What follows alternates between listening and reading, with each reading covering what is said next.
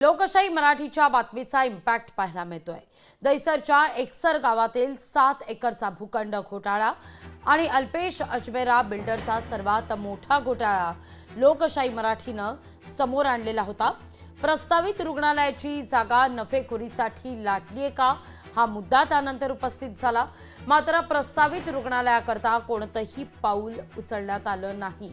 लोकशाही मराठीच्या बातमीनंतर हा मुद्दा विधानसभेत आता गाजतोय। लोकशाही मराठीच्या बातमीचा इम्पॅक्ट पाहायला मिळतोय। दहिसर एकसर गावातील महापालिकेचा जवळपास 7 एकरचा भूखंड अद्याप धूळ खात पडलाय। विकासात अल्पेश अजमेरा यांच्याकडून जवळपास 350 कोटी रुपये देऊन विकत घेतलेला हा महापालिकेचा भूखंड यावर अद्याप महापालिकेकडून प्रस्तावित रुग्णालय किंवा खेळाच्या मैदानासंदर्भात कोणतेही पावलं उचलली गेलेली नाहीत। लोकशाही मराठीनं हा मुद्दा उचलून धरला। दहिसर एकसर गावातील अजमेरा बिल्डरनं 2011 मध्ये 2.97 कोटी रुपयांना ही जमीन खरेदी केली होती। 3 महिन्यात बीएमसीनं ती 54 कोटी रुपयांना विकत घेण्याचा निर्णय घेतला। पुढील 9 वर्षात ही जमीन 349 कोटी रुपयांना खरेदी करण्यात आली आहे। या जमीन व्यवहारात प्रचंड गैरव्यवहार झाला असल्याचा आरोप करण्यात येतोय।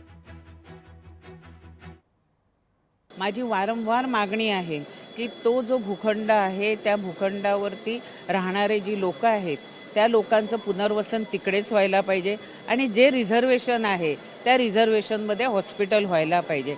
मी SITची मागणी केलेली होती।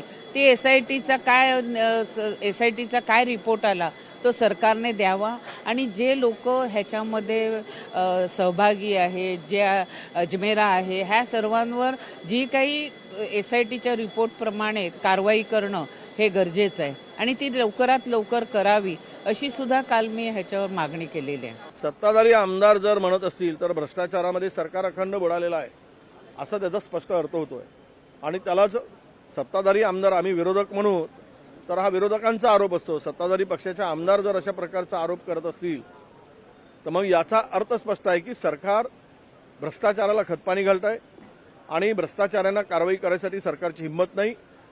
त्याच्या पाठीमागे सरकार खंबीरपणे उभा आहे।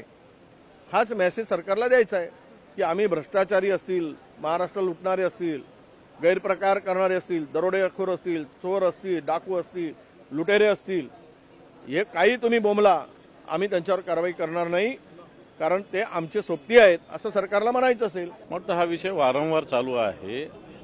या विषयामध्ये कोणाला तरी सरकार फेवर करतंय आणि हे फेवर करणं मला असं वाटतं जनतेची लूट अशा पद्धतीनं ठिकठिकाणी होती, त्याच्यातलाच हा प्रकार आहे।